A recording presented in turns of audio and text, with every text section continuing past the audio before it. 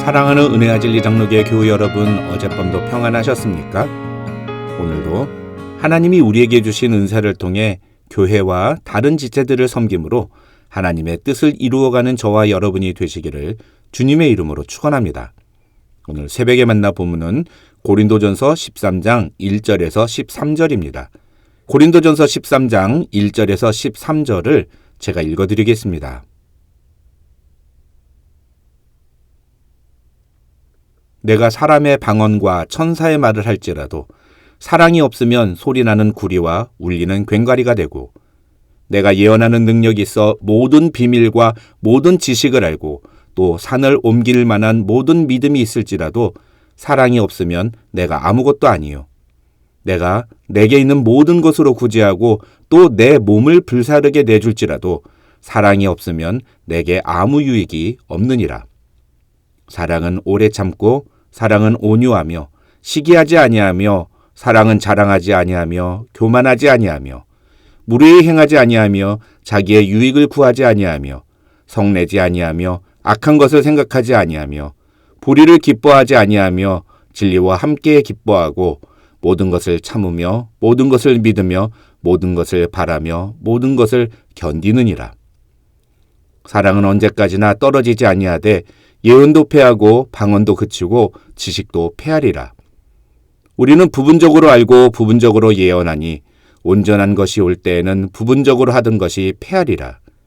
내가 어렸을 때에는 말하는 것이 어린아이와 같고 깨닫는 것이 어린아이와 같고 생각하는 것이 어린아이와 같다가 장성한 사람이 되어서는 어린아이의 일을 버렸노라. 우리가 지금은 거울로 보는 것 같이 희미하나 그때에는 얼굴과 얼굴을 대하여 볼 것이요. 지금은 내가 부분적으로 하나 그때에는 주께서 나를 아신 것 같이 내가 온전히 알리라. 그런즉 믿음, 소망, 사랑 이 세 가지는 항상 있을 것인데 그 중에 제일은 사랑이라.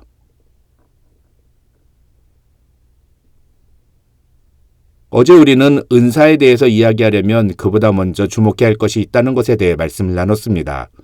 첫째는 성령을 주목해야 하고, 둘째는 교회를 주목해야 하고, 마지막으로 지체를 주목해야 합니다.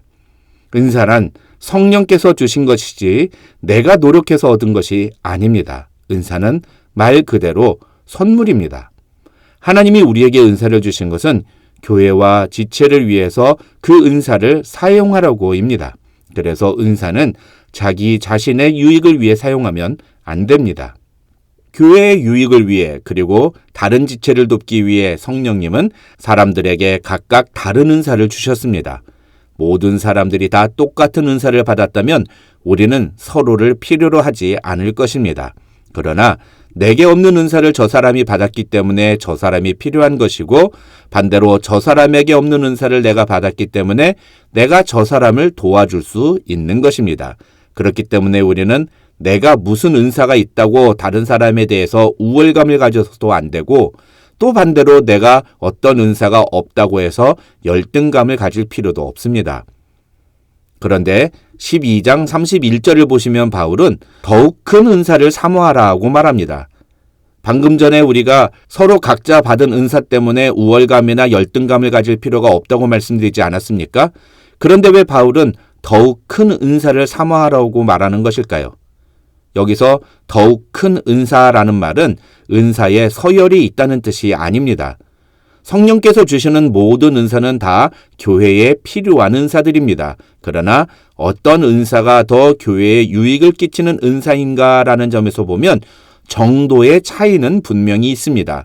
모든 은사가 다 귀중하지만 교회에 유익을 끼치는 면에서 생각하면 차이는 있다는 것입니다. 그럼 어떤 은사가 그런 은사냐? 13장의 사랑 그리고 14장의 예언의 은사가 바로 그런 은사들입니다. 사실 오늘 본문의 주제인 사랑은 엄밀하게 말하면 은사가 아닙니다. 요한일서 4장 8절과 16절을 보시면 사도 요한은 하나님이 사랑을 갖고 계시다고 말하지 않고 하나님은 사랑이시라고 말합니다. 이것을 통해 우리는 사랑을 기독교 신앙의 본질이라고 말합니다. 왜 그렇습니까? 하나님이 곧 사랑이시기 때문입니다. 마태복음 22장 35절로 40절에서 예수님이 모든 율법을 하나님을 사랑하는 것과 이웃을 사랑하는 것으로 정리하신 것도 바로 그런 의미입니다. 하나님의 말씀대로 산다는 것은 결국 하나님을 사랑하고 이웃을 사랑하는 것이라는 겁니다. 그렇다면 은사와 사랑은 무슨 관련이 있느냐? 결론부터 말씀을 드리면 어떤 은사라 하더라도 사랑이 빠진 은사는 아무 유익이 없다고 말할 수 있습니다. 반대로 사랑에서 출발한 은사, 사랑의 마음으로 사용하는 은사는 아무리 우리 눈에 작아 보이는 것도 큰 은사다, 이렇게 말할 수 있다는 것입니다. 1절로 3절에서도 바울은 바로 그 말을 하고 있습니다. 내가 방언이 아니라 천사의 말을 한다 할지라도 사랑이 없으면 그 말은 소리나는 구리와 울리는 괭가리 같은 것이 되고, 내가 예언하는 능력이 있어서 모든 비밀과 모든 지식을 알고 또 산을 옮길 만한 모든 믿음이 있을지라도 사랑이 없으면 아무것도 아니고, 내가 마치 대단한 구제 사역을 하는 것처럼 보여도 그 구제가 사랑에서 비롯된 것이 아니면 실상 아무 유익도 없다. 1절로 3절에서 바울이 말하는 것이 바로 이런 의미입니다. 그런데 우리는 사랑을 실천하는 것보다는 천사의 말을 하는 은사를 더 갖고 싶어 합니다. 사랑을 실천하는 것보다 모든 지식을 알고 또 산을 옮길 만한 믿음을 갖는 것을 더 대단하게 여깁니다. 구제도 하고 여러 봉사도 하지만 마음속에 사랑이 없는데도 아무런 문제의식을 느끼지 않고 그런 일을 합니다. 그러면서 오히려 자기가 잘하고 있는 줄로 착각하기까지 합니다. 솔직히 말해서 방언이나 예언, 믿음, 구제들 중에 어느 것 하나 우리 신앙에서 중요하지 않은 것이 하나도 없습니다. 그중 하나만이라도 제대로 갖고 있더라도 참 대단한 신앙생활을 할 수 있는 것들입니다. 그런데 그 모든 것들을 다 갖고 있다 할지라도 사랑이 없으면 아무것도 아니라고 바울은 말합니다. 겉으로 보기에는 아무리 대단해 보이고 엄청난 신앙을 갖고 있는 것처럼 보이지만 사랑이 없는 사람은 속빈 강정과 똑같다는 것입니다. 바울이 에베소서 4장 15절에서 사랑 안에서 참된 것을 하라고 말하는 이유도 그 때문입니다. 예수께서 에베소 교회를 향해서 사랑을 잃어버리면 교회를 없애버리시겠다고 선언하시는 이유도 바로 그 때문입니다. 사랑이 없으면 아무 유익이 없는 것입니다. 그만큼 사랑은 우리 기독교 신앙의 기본이라는 것입니다.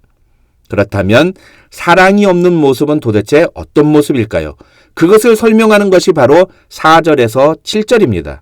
이 4절에서 7절은 일반 세상 사람들도 다 아는 사랑에 대한 정의입니다. 그렇다면 사랑이 없는 모습은 어떤 모습일까요? 그것은 바로 이 4절로 7절을 뒤집어서 생각하면 됩니다. 사랑이 없으면 어떻게 됩니까? 오래 참지 않습니다. 온유하지 않고 시기하며 자랑하며 교만하며 무례히 행하고 자기의 유익을 구하고 성내고 악한 것을 생각하고 불의를 기뻐하고 진리에서 멀어지고 모든 것을 참지 않고 모든 것을 믿지 않고 모든 것을 바라지 않는, 그리고 모든 것을 견디지 않는 모습을 보여주는 것입니다. 그래서 우리는 이 구절을 읽을 때마다 이런 질문을 우리 자신에게 던져봐야 합니다. 나는 과연 오래 참는가? 나는 온유한가? 나는 누군가를 시기하고 있진 않은가? 나는 나 자신을 자랑하려고 하고 있진 않은가? 나는 교만하지 않은가? 나는 누군가에게 무례하게 행하고 있진 않은가? 나는 나의 유익만을 구하고 있지는 않은가?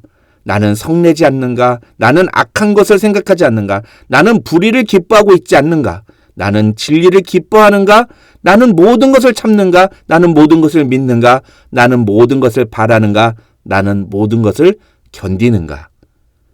이 질문으로 우리 자신의 모습을 비춰보면 우리는 우리가 사랑의 마음을 가진 사람인지 아니면 사랑은 없고 겉만 번지르하고 화려한 신앙생활을 하고 있는 것은 아닌지를 발견할 수 있습니다.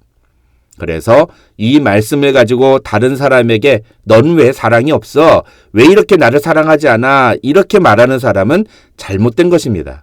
그런 사람이야말로 진짜 사랑이 없는 사람이라고 할 수 있습니다. 올바른 성도는 이 말씀을 가지고 다른 사람을 판단하는 것이 아니라 오직 자기 자신의 모습을 돌아보아야 합니다. 혹시 내 모습에 사랑 없는 모습은 발견되지 않는가? 만약 그렇다면 나는 아무것도 아닌데 하는 자기 반성과 두려움의 태도를 잃지 말아야 합니다. 8절에서 바울은 예언이나 방언, 지식 같은 은사는 언젠가 패하게 되지만 사랑은 언제까지나 떨어지지 않는다고 말합니다. 이 말은 은사는 불완전하지만 사랑은 완전하다는 뜻인데, 이 말의 의미를 다시 설명드리면 우리가 어떤 탁월한 은사를 가지고 있느냐보다 중요한 것이 사랑의 마음으로 그 은사를 사용하는 것이라는 겁니다. 어떤 학자는 이 8절로 10절을 가지고 은사는 결국 사랑을 실천하기 위한 도구다, 이렇게 설명했습니다. 11절도 그런 의미입니다. 성숙한 그리스도인은 도구인 은사에 머물러 있지 않고 본질적인 사랑을 추구한다. 그래서 성장하다 보면 은사 자체에 집중하는 것이 아니라 점점 더 본질적인 것을 추구하게 된다. 그것이 바로 장성한 사람의 모습이다. 이런 말을 하고 있는 것입니다. 12절에서 바울은 더 중요한 말을 합니다.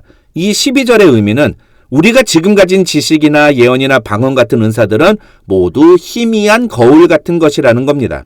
다시 말해서 이런 은사를 통해서 우리가 볼 수 있는 것은 불확실하고 불명확한 것들 뿐이라는 겁니다. 그러나 예수께서 다시 오시는 종말의 때에는 무엇이 진짜 모습인지를 우리가 확실히 알 수 있게 되는데, 그때까지 남는 것이 무엇이냐? 그것이 바로 사랑이라는 것입니다. 그래서 이 12절은 그런즉 믿음, 소망, 사랑, 이 세 가지는 항상 있을 것인데 그 중에 제일은 사랑이라는 그 유명한 13절과 연결되는 것입니다. 이 13절은 어떤 의미에서 12장 31절에서 바울이 이야기했던 더욱 큰 은사를 사모하라는 말의 결론이기도 합니다. 다른 모든 것이 다 없어진다 하더라도 사랑은 끝까지 남을 것이다. 그러니 우리는 사랑을 추구해야 한다. 사랑이 없으면 겉으로 보기에 아무리 대단해 보이는 은사라 하더라도 아무런 유익이 없다. 사랑이 없으면 아무리 교회에서 큰일을 한다 하더라도 그는 아직 영적으로 어린아이와 같은 것이다. 그러니까 더욱 큰 은사이자 가장 중요한 끝까지 남는 사랑을 잃지 말아라. 이것이 바로 고린도전서 13장에서 바울이 말하는 내용의 의미라고 할 수 있습니다. 저와 여러분 모두 이 말씀을 항상 기억하면서 사랑으로 교회와 다른 지체를 유익하게 하며 주님이 다시 오실 때까지 더욱더 그리스도를 닮아가는 성숙한 하나님의 자녀들이 되시기를 주님의 이름으로 축원합니다.